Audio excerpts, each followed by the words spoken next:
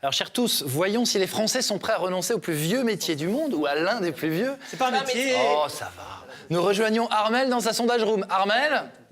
Pour 150 €, je te fais le camembert. Et pour 300, t'as la totale avec graphique, pourcentage et tout. Ouais. Excusez-moi 2 secondes.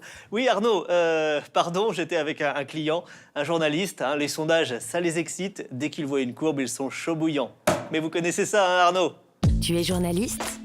Tu veux passer un moment coquin avec des chiffres? Appelle-moi vite au 07 12 12. Pour un moment privilégié avec un graphique en 3D, 07 12 12. Alors, la loi sur la prostitution, faut-il réguler, encadrer ou interdire la prostitution?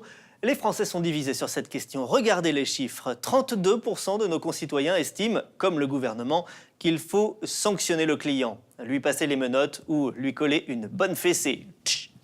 Certains pensent au contraire qu'il faut sanctionner le ou la prostituée ou même le conjoint du client. Quant à l'interdiction totale, Bernard de la Villardière s'y oppose et il n'aurait plus aucun sujet d'émission. Armel, les jeunes sont plutôt pour encadrer la prostitution, tandis que les plus vieux s'y opposent majoritairement. Il y a un conflit de génération, là, chez les Français? Oui, Arnaud, les plus âgés restent attachés à l'idée du bordel à l'ancienne où l'on jetait son slip sur le piano. Ce monde-là, les 18-34 ans n'en veulent plus. Les jeunes veulent une ambiance zen, un matelas haut de gamme et un service de voiturier. Et voilà un jeune. Notre enquête le montre, nos concitoyens veulent que ça change. Pour responsabiliser le client, les prostituées devront désormais fournir une attestation ouvrant droit à un crédit d'impôt à joindre à votre déclaration chaque année. Elles pourront aussi vous faire une facture pour vos notes de frais. Concernant les tarifs très variables, pour 84% des Français, il faut indexer les tarifs du sexe sur le cours du pétrole et coter les plus grandes positions sexuelles en bourse. La missionnaire est stable, plus 0,2% à l'ouverture, blablabla.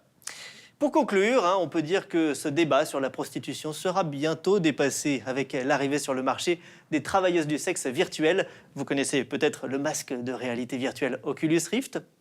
29% des Français attendent l'Oculus Rift avec impatience. Voilà Arnaud, les chiffres sont les chiffres, eux ne se trompent jamais. Armel M, pour Oxymore. Merci Armel. Faut se méfier de vos chiffres.